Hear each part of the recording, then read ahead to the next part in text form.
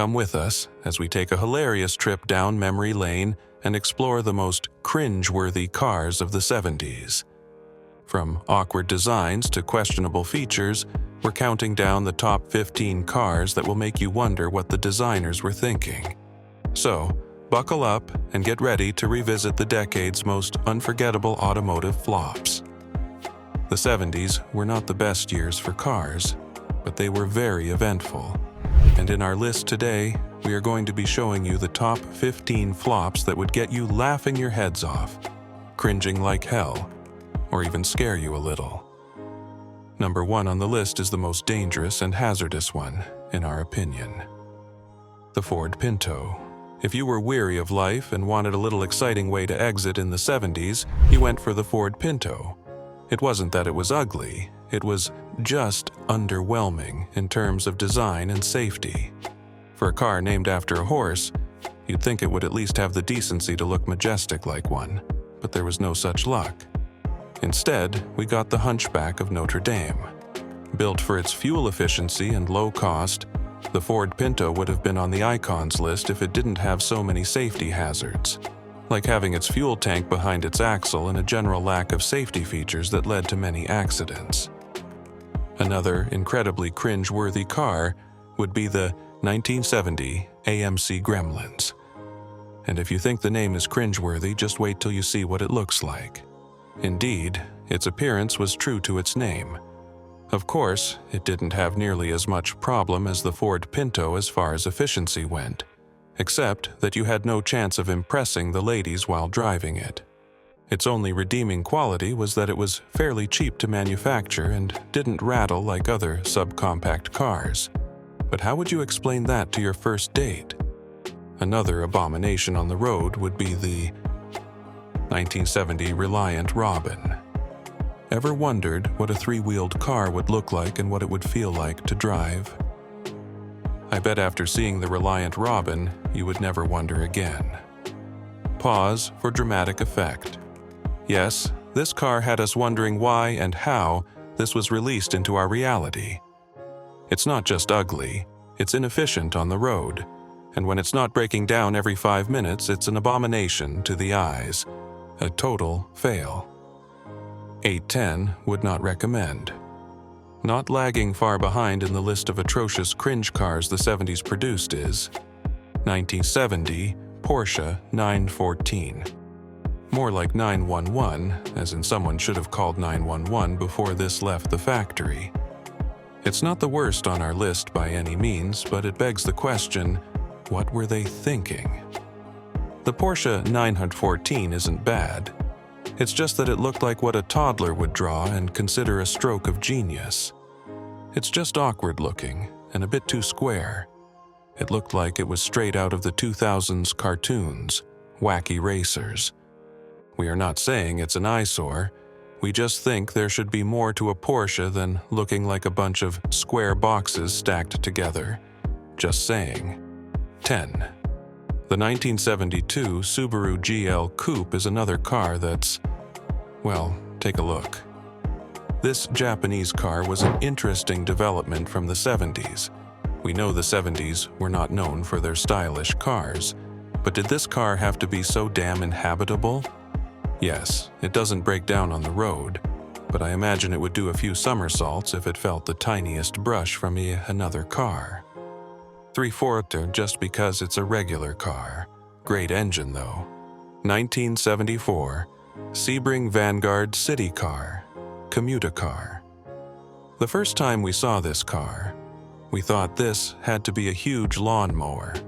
There was no way this was meant for everyday driving, but boy, were we wrong. A car so ugly, it had to be some type of social experiment. This was the type of car you got if you wanted to be kicked out of your social circle. But at least you could go from point A to B. That is, if you don't die of embarrassment first. Austin Allegro, also known as the Flying Pig, is number 7 on this list.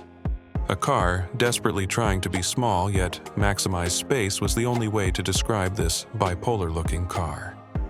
It wasn't ugly per se. In fact, it was a little cute till you looked at the back, which looked like a horribly done BBL, it was awkward and just a little too dorky, and not even in a redeemable, quirky way, unfortunately. The only redeemable quality of this car was how safe it was to drive on the road. But that is the bare minimum for a car, right? AMC Pacer, US, futuristically ugly. For a luxury car, the AMC Pacer sure gave cheap and tiny, but not back in the 70s.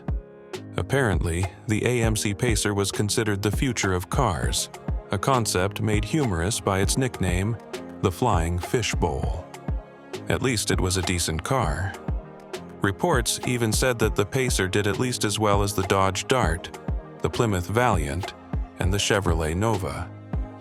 It even, according to US reports, scored better than such domestic subcompacts like the Ford Pinto, the Chevrolet Vega, and AMC's own Gremlin, but we can't help but cringe at its appearance and tight space. Seriously, AMC? What was going on? Citron Diane, France. Produced from 1967 to 1983 by the French automaker Citroën, the Citron Diane is what the French called an economy family car.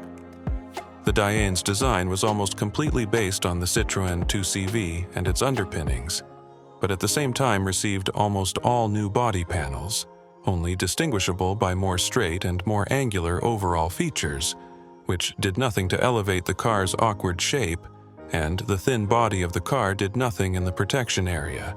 But at least it's French. Get it? Yeah, me too. Buick Riviera. Some things shouldn't have ever seen the light of day, and the 1970 Buick Riviera was one of them. Known for its sleek designs from the 60s, the 1970 design marked a dramatic departure from its usual luxurious design, and ushered us into what can only be described as cheap and sad looking. It felt like they were going for innovative and dramatic, but only ended up with a botched cheek filler look. Sometimes boldness isn't the answer. Despite this, the Buick Riviera cannot be denied its accolades for its inch V8 engine. That was definitely ahead of its time. Thunderbird, a luxury car, or that was what Ford would like us to believe, turned heads in the 70s, but for all the wrong reasons. Its chunky design was not well received by the public. Despite the engine's power and innovation, it wasn't worth driving around and looking foolish for. We rate it a 4/10 simply because it's Ford. The 1975 British Leyland Princess looks absolutely nothing even remotely close to princess-like. Not even for the 70s. The car was manufactured by the New Zealand company British Leyland, but the Austin Morris division. It just seems like everything about the car was made to be ironic. It was marketed to be a 4-door, cute family car for the road, but was received with mixed reactions from the consumer market. Surprisingly, British Leyland made and sold over 200,000 of these little monstrosities and even went on to make a limousine version. I guess our modern perception of taste now is vastly different than the 1970s. 1973. B76. Also produced by British Leyland, this car managed to outshine the Leyland Princess as the worst car made by the company. It was so bad that it even went as far as earning the title, the car that is just plain awful.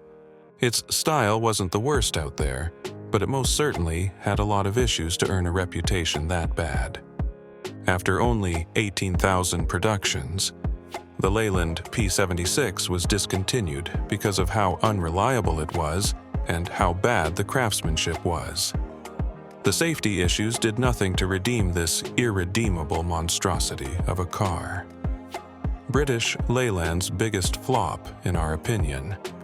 Number 14 on our list is 1974 Bricklin SV1. A sports car or a disaster? The Bricklin SV1 promised safety and speed, but what we got instead was a disaster of a sports car with a design that could only pass for decent. Designed by Malcolm Bricklin, the SV1 had a decent engine that had just enough roar to fool you into thinking it was anything but a road hazard. Imagine walking out of the grocery store unable to open the door to get your groceries in because your door decides to jam at that moment. How about working up the nerve to rizz up your crush, but when you try to open the door of your new Bricklin, it literally falls apart? That was practically what it was like to own this bad boy. Last on the list is the 1977 Volvo 262C. So, this car was an icon. In fact, up until the late 2000s, when cars like Toyota and others began to monopolize the mass consumer market, Volvo was king. I mean, their cars were so reliable. They put so much thought into crafting the finer details. And safety. Safety was one of their top concerns, unlike most other brands. And so, in 1977, when the Volvo launched the 262C, everyone kind of just ran with it. I mean, it was a Volvo. It only took a couple of decades when other cars began to come out looking sleeker and more delicate with their designs did we begin to think, okay, maybe Volvo put a little too much thought on this one. It was nice, but definitely not their best design, and was ultimately only for the 70s. Every other era looked at the 262C with a wrinkled nose. Beauty is subjective, and is definitely in the eye of the beholder, but you cannot deny that the 70s gave us a lot of questionable-looking beauties. If you like any of the cars mentioned here, then you would have loved the 70s. We hope you enjoyed our list. If you did, hit the like button. We would also like to know if there are other cars you think should be on this list in the comments section. See you later, guys.